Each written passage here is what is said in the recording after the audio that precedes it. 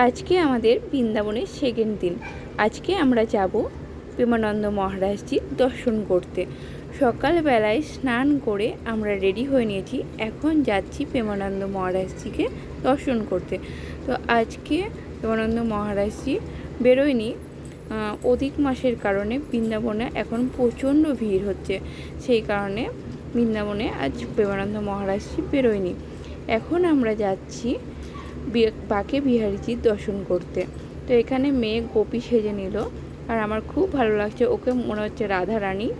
তো তারপর আমরা চলে এসেছি বাঁকে বিহারীজির দর্শন করতে। অনেক কষ্ট করে বাঁকে বিহারীজির দর্শন পেয়েছি।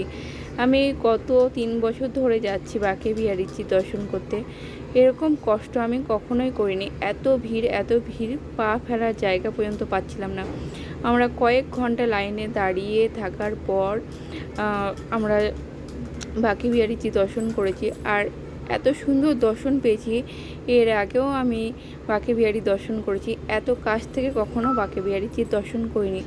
আজকে যতটা কাছ থেকে আমি বাঁকে বিহারীজির দর্শন করেছি, তো আজ আমি ভীষণ খুশি। এত আনন্দে আমার চোখ দিয়ে জল বেরিয়ে যাচ্ছে যে আমি এত কাছ থেকে ভগবানের দর্শন করেছি, এতটা কষ্ট করেছি। আর এত কষ্ট করে যে এত কাছ থেকে আমি বাঁকে বিহারী দর্শন করব, আমি কখনোই ভাবতে পারিনি।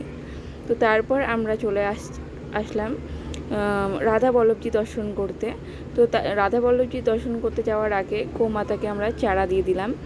আর এখানেও আমরা খুব কাছ থেকে কিন্তু দর্শন করেছি সবাই মিলে। আমি তো ভীষণ খুশি। এর আগেও আমি তোমাদেরকে বলছি, এর আগেও আমি দর্শন করেছি, কিন্তু এত কাছ থেকে আমি কোনো দিন দর্শন করতে পারিনি। তারপর আমরা বাঁকে বিহারীজি দর্শন করে মেয়ের জন্য কিছু কেনাকাটা করলাম। মেয়ে তো পুতুল নিব, এই নিব ওই নিব করছিলো, তো মেয়েকে কিছু কিনে দিলাম। তারপর আমি একটা কানের নিয়ে নিলাম। আর এখন চলে এসেছি আমি নিধুবনেও দেখতে পাচ্ছ প্রচণ্ড ভিড়। এখানে এই যে এখন চলছে অধিক মাস, আর অধিক মাসের কারণে কিন্তু বৃন্দাবনে এখন প্রচণ্ড ভিড় চলছে।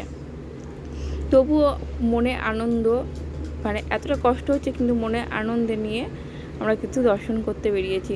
শুধু একটু মেয়েকে নিয়ে বেশি কষ্ট হয়েছিল, কারণ ও ভিড়ভাট্টা, গরম এইগুলো পছন্দ করে না।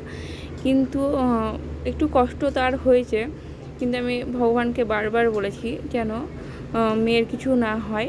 ও গরমের মধ্যে একটু কষ্ট পেয়েছে, কান্না করছিল, আর আমি ভগবানকে রাখছিলাম ঠাকুর যেন ওর কিছু না হয়, ওর কিছু হলে পরে আমার খুব কষ্ট হবে।